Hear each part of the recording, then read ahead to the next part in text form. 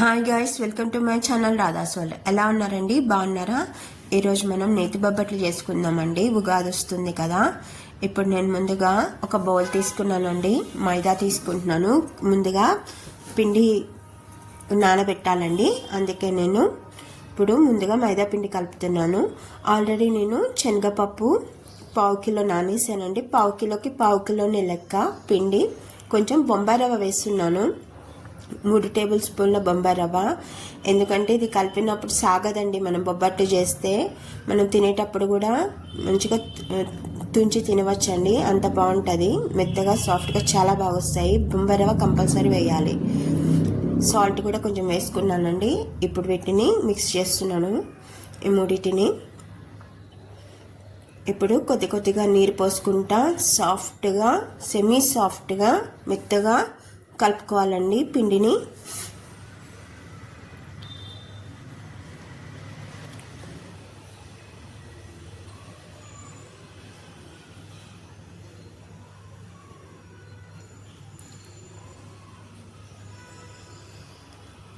ఇది కలిపిన తర్వాత 2 అవర్స్ రెస్ట్ ఇస్తే మంచిదండి. చాలా బాగా వస్తాయి.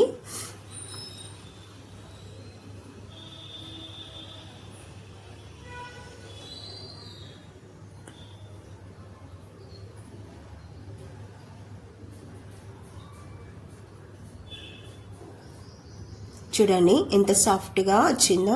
ఇప్పుడు నెయ్యి వేసుకొని కలపాలండి. నేతి బొబ్బట్లు కదా, నెయ్యి వాడుతున్నానండి, ఆయిల్ వాడట్లేదు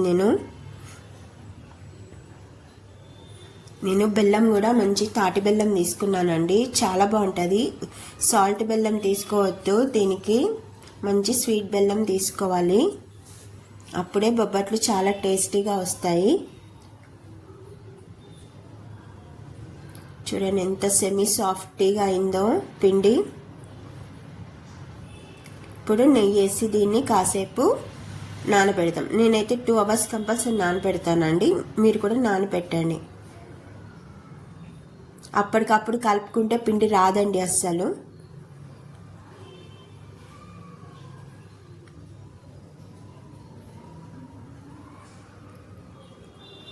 దీని మీద తడి క్లాత్ అన్నా లేకపోతే మూత అన్నా గాలిపోకుండా దాన్ని సాఫ్ట్గా నానబెట్టేసుకోవాలండి. 2 అవర్స్ రెస్ట్ ఇవ్వాలి.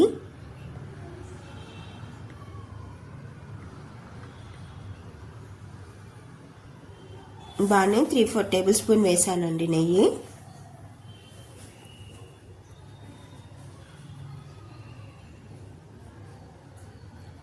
ఇప్పుడు మనం పప్పు చూడండి ఎంత బాగా నానిందో.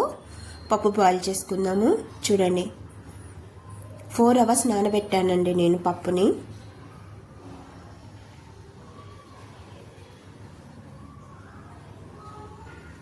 ఇప్పుడు దాని వాటర్ అంతా తీసి బాయిల్ చేసి పెట్టేశానండి. చూడండి ఎంత బాగా సాఫ్ట్గా ఉడికిందో. దీని ఎక్సెస్ వాటర్ని కూడా తీసేసాను. ఇప్పుడు ఈ పప్పుని మిక్సీలో వేసుకుందాం మెత్తగా. ఇప్పుడు మనం పూర్ణం రెడీ చేసుకుందాం. పావు కిలోకి పావు కిలో బెల్లం వేసానండి. చూడండి తాటి బెల్లం ఎంత కమ్మని వాసన వస్తుందో. ఇప్పుడు మిక్సీ చేసుకున్నాం కదా, అది కూడా వేసేసుకుందాం. పూర్ణం పిండి, వాటర్ అస్సలు లేదండి, మనకు బెల్లంలో వాటరే సరిపోతుంది.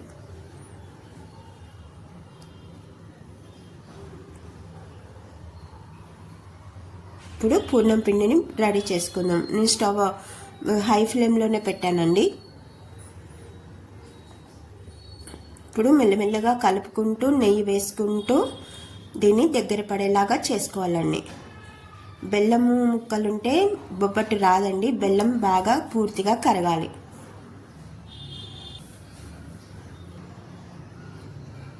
ఇప్పుడు నేను కొంచెం సోంపు వేస్తున్నానండి.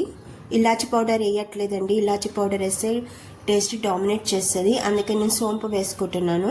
మీకు ఒకవేళ నచ్చితే మీరు ఇలాచి పౌడర్ వాడుకోవచ్చు.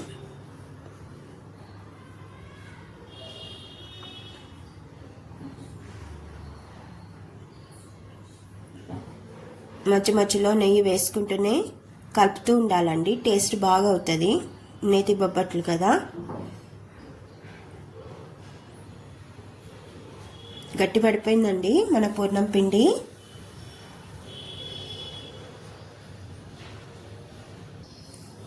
చూడండి ఎంత గట్టి పడిందో. ఇప్పుడు దీన్ని కొంచెం ఈవెన్గా స్ప్రెడ్ చేసి ఫ్యాన్ గాలి కింద ఆరబెట్టేసుకుందాం. ఒక 10 minutesలో చల్లారిపోతుందండి. ఇప్పుడు మనం బొబ్బట్లు ఒత్తేసుకోవచ్చండి. ఇంకా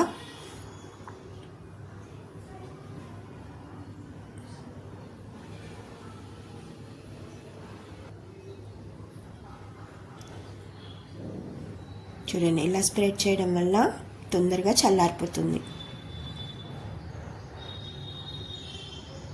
ఇప్పుడు స్టవ్ ఆఫ్ చేసేసుకుందామండి.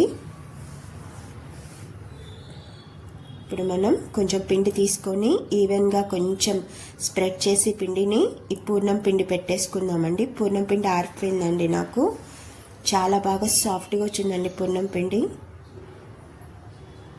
ఇలా పూర్ణం పిండిని తీసుకొని ఇలా రౌండ్గా ఈవెన్గా ఒత్తుకొని,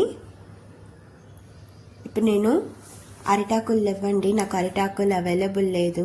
అందుకోసం నేను పాలిథిన్ పేపర్ తీసుకున్నాను. 2 వైపులా నెయ్యి రాసుకున్నాను.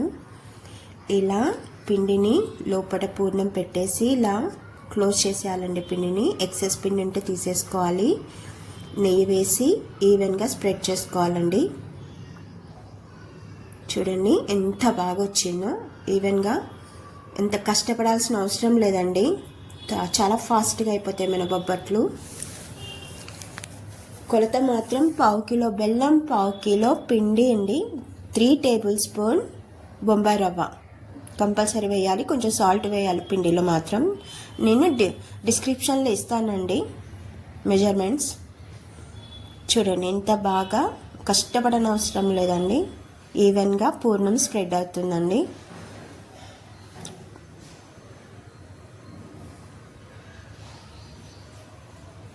చూడండి ఎంత బాగా వచ్చిందో మన బొబ్బట్టు. నేను ఆల్రెడీ పెనం బాగా వేడెక్కాలండి. పెనం పెట్టేసుకున్నాను నేను ఆల్రెడీ స్టవ్ మీద. చూడండి ఈవెన్గా స్ప్రెడ్ అయిపోయింది. పల్చగా వచ్చినాయి చూడండి. ఇంత లావుగా కూడా రాలేదండి మన బొబ్బట్టు. ఇంత టేస్టీగా ఈ ఉగాదికి ట్రై చేయండి, కామెంట్ చేయండి. చూడండి ఎంత పల్చగా వచ్చిందో మన బొబ్బట్టు.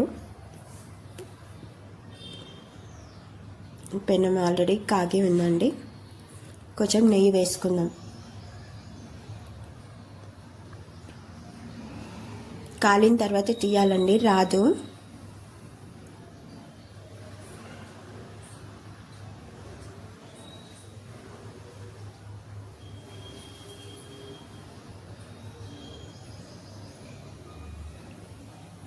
రెండు వైపులా కాల్చేసుకుందాం. ఇప్పుడు కూడా నెయ్యి వేస్తున్నానండి కొంచెం. చాలామంది పిండిలో కొంచెం పసుపు వేస్తారండి. నాకు పసుపు వేస్తే నచ్చదని వేయలేదు, కలర్ కోసం. నేను న్యాచురల్గా ఉంటేనే బాగుంటుంది, అందుకోసమే నేను పిండిలో కలర్ వేయలేదు, మైదా పిండిలో. ఇలా ట్రై చేయండి ఒకసారి, ఎంతో బాగా కుదిరితే టేస్టీగా.